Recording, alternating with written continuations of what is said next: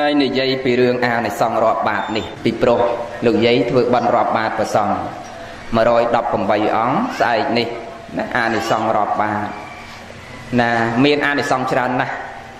ព្រះសម្មាសម្ពុទ្ធព្រះអង្គសម្ដែងថាយោភាចនសហសេពរណង្វរភោចនង្តតេយេបរិមាណានង្អេកបដ្ឋម្មពនិលភេពុទ្ធោបាតេសារីពតោយេចញ្ញេអកសាវកាបុគ្គលកាលឲ្យនៅភាជនៈ1000ក៏មិនបានស្មើនឹងភោជន1បាតដែលគេបានឲ្យដល់ព្រះសារីបុត្រដល់ព្រះសារីបុត្រនិងពួកអក្សសាវកទាំងឡាយណាអានុភាពនៃបាយដែលពេញក្នុងបាតនោះមានអត្តភាពរមែងញ៉ាំងបុគ្គលដែលធ្លាក់ទីថោកទាបឲ្យទៅកាន់ទីខ្ពង់ពោះឧត្តមឧត្តមប្រសើរបានតើនេះមកយេណាភាជនៈ1000มันបានស្មើនឹងបាយ1បាតណាស្គាល់ភាជនៈទេណាបាយដែលយើងដាក់ថាសដាក់ចានដាក់ភីកដាក់ផ្តិលហ្នឹង1000ផ្តិល1000ផើងมันបានស្មើនឹងបាយ1បាតទេតើណាវាមានតម្លៃណាស់ណាមានតម្លៃណាស់អញ្ចឹងស្អែកយើងរាប់រហូតដល់118បាតមិនតិចទេណាហើយកូនអ្នកនៅភ្នំពេញចេះរាប់បាតហើយនៅចេះណាណាបើ108អង្គដាក់ដេញពីណាមកមុនណាពីក្បាលមកមុនណា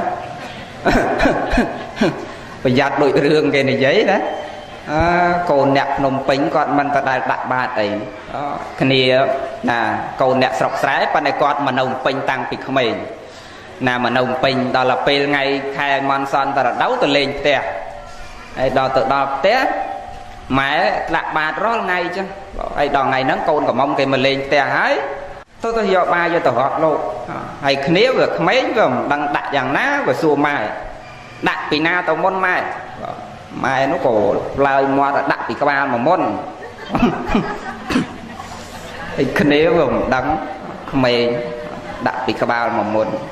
ហើយអាបាយទឹមដួសចេញពីឆ្នាំងញោមមកថ្ងៃហ្នឹងដាំបាយបបរឈ្មោលទៀតវារីកតិចតិចប៉ិប៉ិទៅទៀតណាកូនឯនោះទាញមកវែកមកដាក់ពោកលើប្រកេះលោកហ្នឹងមកវែកទៅ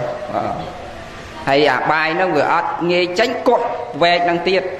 ណាកត់ទៀតណាមួយមកពោកពីរមកពោកបីមកពោកគេរឿងកំ pl ែងគេដែលនិយាយទេអាត្មាក៏ស្ដាប់ទៅសើចដែររឿងហ្នឹងដល់ឲ្យនៅលោកចុងក្រោយគេនេះលោកក្មេងលោកមានកម្លាំងដាក់បានទៅលោកតា4អង្គលោកនេននេះអញអត់នៅទេ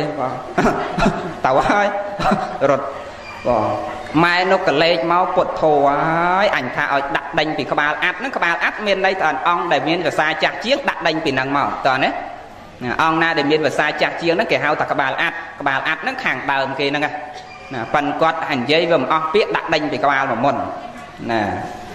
ម៉ែនោះយកបាយយកទៅដាក់លើប្រកេះលោកមែនសវេសវាចុះពីលើផ្ទះមកមិនដឹងបានអីជូតវាបញ្ញាពេកទាញជាពុតមកជូតឆ្វាច់លើប្រកេះលោកហ្នឹងទៀតណែរឿងគេនិយាយទេវាមិនមែនរឿងព្រះទេអញ្ចឹងបាទអាត្មាសួរកូននោះចេះរាប់ទៅនៅចេះណាហ្នឹងហើយណាអញ្ចឹងអានិសង្ឃនៃការរាប់បាយនេះបាយដែលយើងដួសដាក់ភាជ1000ភាជក៏មិនស្មើនឹងបាយដែរពេញក្នុងបាត1បាតនេះដែរណាហើយអានិសង្ឃនៃការរាប់បាយពេញក្នុងបាតនេះមានអានិសង្ឃអាចញ៉ាំងអត្តភាពបុគ្គលដែលធ្លាក់ចុះក្នុងអបាយភូមិ4នរកប្រែតអវិជ័យតិរិឆានអសុរកាយណាឲ្យលោករួចពីទីទាបពំរាបស្មើនឹងដាក់ដល់ទីឋានបរមសុខបានដោយអំណាចនៃបាយដែលពេញក្នុងបាតណាមានអានិសង្ឃណាមិនដូចកាលពីសម័យព្រះណានឹងរឿងផ្សេងណាដោយពនាងវិសាខាអនាថបណ្ឌិកសិទ្ធិអីនិមន្តទៅឆាន់ម្ដងណា500អង្គរួមជាមួយនឹងអគ្គសាវកមានព្រះសម្មាសម្ពុទ្ធជាប្រធានណាមកព្រឹក500អង្គមកព្រឹក500អង្គហើយរៀងរាល់ថ្ងៃឧបោសថសិល500អង្គ500អង្គរៀងរាល់សិលណាលោកយាយវិសាខាលោកសមាទានកាន់យកនសិលជាទីពឹងដល់ប្រសើរបានសម្រេចសោតាតាំងពីក្មេងតាំងពីអាយុ6ឆ្នាំហើយជាស្ត្រីបញ្ចពិតកល្យាណីស្ត្រីលំអ5លំអសក់លំអស្បែកលំអវ័យលំអអ្វីផ្សេងទៀតណា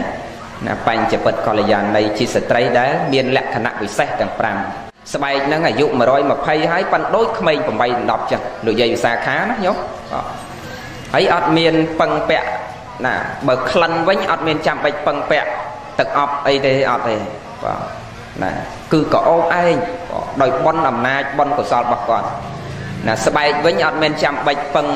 ណាត្រាំទឹកដោះគោឬក៏រេវ៉ាឡនរវ៉ាសេលីនអីយកមកជំនួយអត់ទេណាគឺស្អាតណាដោយអំណាចបុណ្យកុសលរបស់គាត់ណាហើយបើអង្គុយក្នុងចំណោមបរិស័ទអញ្ចឹងឧទាហរណ៍ទៅស្ដាប់ធម៌ព្រះសម្មាសម្ពុទ្ធអង្គុយក្នុងចំណោមបរិស័ទទាំងឡាយ500ឬ1000នាក់ណាអង្គុយក្បែរកូនក្បែរចៅមើលទៅច្រឡំចៅច្រឡំកូនដែរមិនដឹងមួយណាលោកយាយវិសាខាមើលអត់ដឹងតើលគាត់ងើបឡើងកាន់ឈើច្រត់មិនដឹងទៅអស់នោះហើយលោកយាយវិសាខា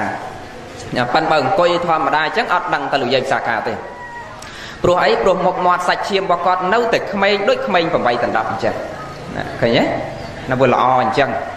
ណាហើយយើងធ្វើបុណ្យប្រាថ្នាសុំឲ្យបានល្អដូចលោកយាយវិសាខាទៅញាតិញោមចង់បានទៅណាញោមចង់អូណាញោមស្ត្រីយើងមិនបាច់ទេញោមហើយបើមិនចង់បានអាម៉េចបើមិនសៅមួយថ្ងៃនៅរមុខកញ្ចក់បាទណាមុននឹងមកហូបការមុននឹងទៅប៉ុននឹងនៅឡើងឆ្លោះចុះឆ្លោះឡើងឆ្លោះចុះឆ្លោះឲ្យញឹមដាក់កញ្ចក់ហ្នឹងញោមបាទណាហីអញដូចដាក់អាស៊ីជពូទេដូរមិនសូវសមក៏ដាក់អាស៊ីលៀបវិញហីអាស៊ីលៀបដូរមិនសូវសមដាក់ពណ៌ស្វាយវិញហ្មងអាស្វាយដូរមិនសូវសមដាក់ទឹកប៊ិចវិញគាត់ណាផ្លាស់ឯងបដូរហ្នឹងញោម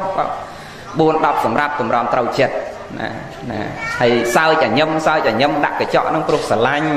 ណាព្រោះតែសេចក្តីស្រឡាញ់ណាអានឹងហើយដែលព្រះសម្មាសម្ពុទ្ធលោកឲ្យយើងរៀនកាត់រៀនលះនៅបើសិនជាយើងស្រឡាញ់ចំពោះអត្តានេះខ្លាំងណាຕົកព្រោះអត្តាហ្នឹងក៏ខ្លាំងអញ្ចឹងដែរណាស្រឡាញ់កូនកាន់តែខ្លាំងຕົកព្រោះកូនក៏កាន់តែខ្លាំងស្រឡាញ់ស្វាមីខ្លាំងຕົកព្រោះស្វាមីក៏កាន់តែខ្លាំង